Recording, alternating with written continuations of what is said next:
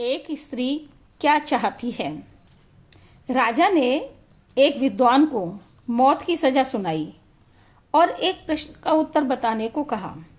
विद्वान ने क्या उत्तर दिया जिससे उसकी जान बच गई, मौत की सजा माफ हो गई।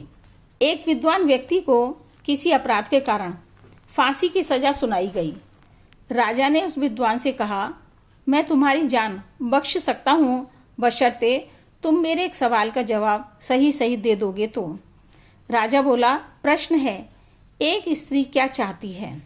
विद्वान ने कहा, राजा, अगर मुझे कुछ समय मिल जाता तो मैं इस प्रश्न का उत्तर खोजने का प्रयास करूंगा और अलग अलग स्त्रियों के पास जाकर उनके विचार जानूंगा। राजा ने कहा, ठीक है, मैंने तुम्हें 1 साल का समय दिया, परंतु ध्यान रखना, उत्तर संतोषजनक न होने पर वही सजा भुगतनी होगी। अब विद्वान जगह जगह घूमकर अपने प्रश्न का उत्तर जानना चाहता था। बहुत से लोगों से मुलाकात की, परंतु किसी से भी संतोषदायी उत्तर प्राप्त नहीं हुआ। काफी परेशान होने के बाद वह अपने मित्र के पास गया और मित्र को सारी बातें बताईं। उसके मित्र ने कहा, दूर जंगल में एक भूतनी रहती है, वह तुम्हारे प्रश्न का उत्तर निश्चित रूप से दे देगी। विद्वान भूतनी के पास पहुंचकर अपनी सारी समस्या उसके सामने रखता है। भूतनी ने कहा, मैं तुम्हारे प्रश्न का संतोषजनक उत्तर दे सकती हूँ, परंतु उसके लिए तुमको मेरी एक शर्त स्वीकार करनी होगी। विद्वान बोला, बताओ, मैं हर शर्त मानने को तैयार हूँ। भूतनी ने कहा, मुझसे शादी कर लो। विद्वान को 1 मिनट के लिए तो बिजली के करंट की भांति झटका लगा, पर दूसरे ही पल उसने सोचा, शर्त स्वीकार करने पर कोई हानि नहीं है, क्योंकि अगर प्रश्न का संतोषजनक उत्तर नहीं मिला तो भी राजा के हाथों मौत की सजा तो मिलनी ही है।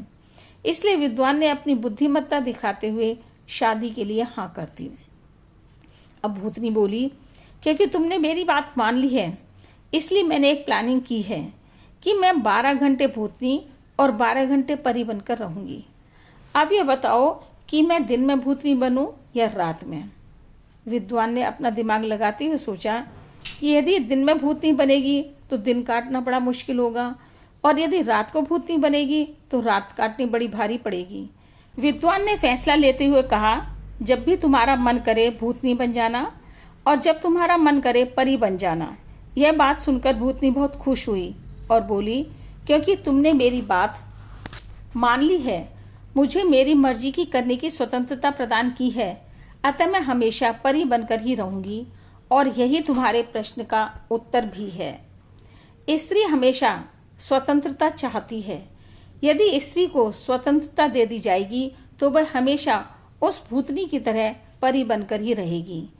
विद्वान संतोषजनक उत्तर पाकर राजा के पास गया और अपना जवाब बता दिया। राजा बहुत खुश हुआ और उसकी जान माफ कर दी।